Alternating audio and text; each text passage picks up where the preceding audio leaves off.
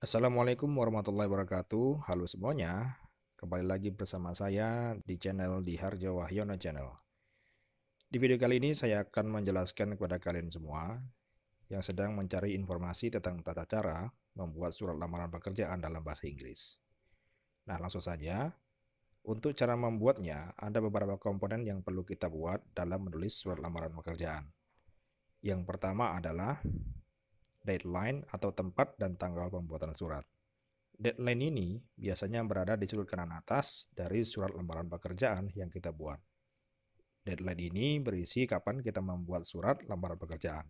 Pastikan di saat Anda menulis deadline, tidak melebihi batas akhir waktu pengiriman surat.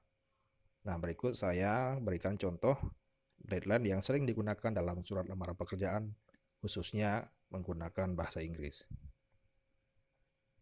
Bandar Lampung, January 4, 2021. Pekanbaru, 26 December 2020. Kemudian yang berikutnya adalah inside address. Setelah kita membuat tanggal surat, maka selanjutnya kita buat alamat dan instansi mana yang akan kita tuju. Pastikan di saat Anda menulis inside address harus dengan lengkap dan akurat. Hal ini membantu agar surat lamaran pekerjaan yang Anda buat sampai tujuan dan tidak salah alamat. Hal yang perlu diperhatikan adalah nama perusahaan dan alamat perusahaan. Di sini saya berikan contoh IB Dharma Jaya, Jalan Pagar Alam nomor 93, Labuhan Ratu, Bandar Lampung. Nah, IB Dharma Jaya ini merupakan instansi atau perusahaan yang kita lamar. Kemudian kita berikan di bawahnya itu alamat. Di sini saya buat Jalan Pagar Alam nomor 93, Labuhan Ratu, Bandar Lampung. Berikutnya adalah salutation or greeting. Dalam hal ini adalah salam pembuka.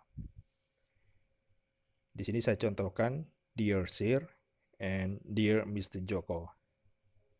Dari contoh ini saya gunakan Dear Sir, artinya apabila kalian tidak atau belum mengetahui siapa nama pemimpin atau kepala bagian di dalam sebuah perusahaan yang ingin kalian lamar, maka penggunaan Dear Sir bisa kalian terapkan pada saat kalian membuat surat lamaran pekerjaan. Tetapi, apabila kalian sudah mengetahui siapa nama pemimpin di perusahaan tersebut, maka kalian dapat menggunakan Dear, kemudian diikuti dengan nama pemimpin perusahaan atau instansi tersebut. Selanjutnya adalah opening paragraph. Opening paragraph adalah paragraf pembuka.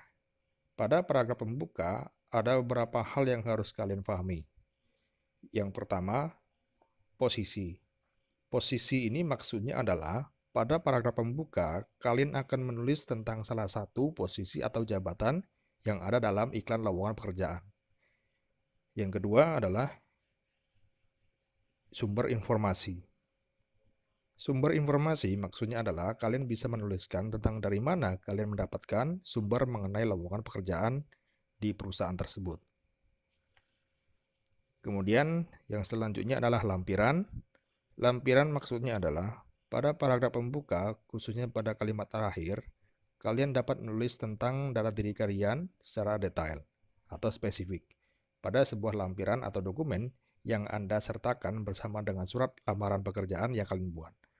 Lampiran ini dapat berupa CV atau curriculum vitae, atau dalam bahasa lain yaitu daftar riwayat hidup, kemudian KTP, sertifikat atau ijazah, foto, dan masih banyak lagi. Berikut saya berikan contoh paragraf pembuka. I am writing this letter in response to your advertisement regarding the job vacancy as lecturer published at Radha Lampung Post, December 15, 2020. I am interested in applying for that position. Please find attached files of my CV and other required document. Nah, dari contoh ini bisa kita lihat berdasarkan iklan lowongan pekerjaan yang dipublikasikan pada Radar Lampung Pos, penulis tertarik dan ingin melamar jabatan sebagai pengajar. Kemudian, penulis juga mempersilahkan kepada instansi yang dilamar untuk memeriksa lampiran kelengkapan dokumen seperti CV dan dokumen-dokumen pendukung lainnya. Kemudian yang berikutnya adalah body paragraph atau paragraf isi. Pada paragraf isi ada beberapa hal yang harus kalian pahami. Yang pertama yaitu educational background. Maksudnya adalah pada bagian paragraf isi, kalian dapat menulis tentang latar belakang pendidikan terakhir kalian. Kemudian yang kedua adalah experience. Experience ini maksudnya adalah kalian dapat menuliskan tentang pengalaman bekerja. Pengalaman ini tidak wajib dituliskan apalagi bagi kalian yang masih menjadi status fresh graduate atau lulusan baru. Tetapi apabila kalian sudah memiliki banyak pengalaman di dunia pekerjaan, maka sebaiknya kalian menuliskan itu. Karena untuk peluang kalian akan diterima di perusahaan tersebut sangat besar. Ditambah lagi apabila kalian memiliki skill atau kemampuan yang baik. Yang ketiga adalah skill. Skill ini maksudnya adalah kalian dapat menuliskan semua kemampuan atau skill atau karakter yang sudah kalian miliki. Hal ini memudahkan kalian untuk diterima di perusahaan yang kalian lamar. Nah, berikut saya berikan contoh body paragraph surat lamaran kerja. I graduated at STKIP PGRI Bandar Lampung in 2015 and has experience working for 2 years as a teacher in elementary school.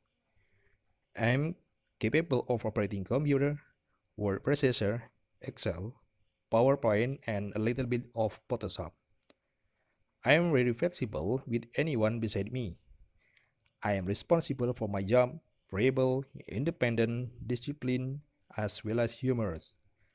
I have proved that my work as a teacher was excellent.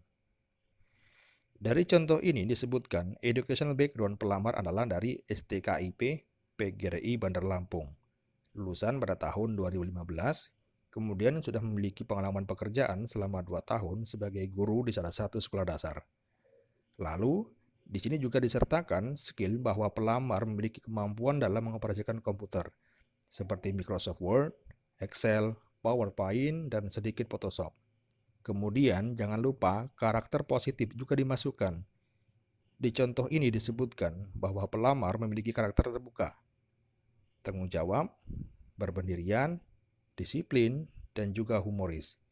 Ia juga mampu membuktikan bahwa pekerjaannya sebagai guru adalah guru yang profesional. Komponen yang berikutnya adalah closing paragraph atau paragraf penutup. Pada paragraf penutup, hal yang harus kalian perhatikan tidaklah terlalu rumit. Kalian cukup menulis dengan harapan bahwa kalian segera diinterview dan dites secepat-cepatnya untuk mengetahui seberapa hebat kemampuan atau skill yang kalian miliki. Contoh, I hope that you will interview me and negotiate and investigate my skill and expertise as soon as possible. Berikutnya, closing greeting atau salam penutup. Sebagai salam penutup, di sini kalian hanya ucapkan saja ucapan terima kasih atas waktu dan perhatian kepada instansi atas surat lamaran pekerjaan yang sudah diterima oleh instansi. Contoh, thank you very much for your time and consideration. Kemudian yang terakhir adalah complimentary clause.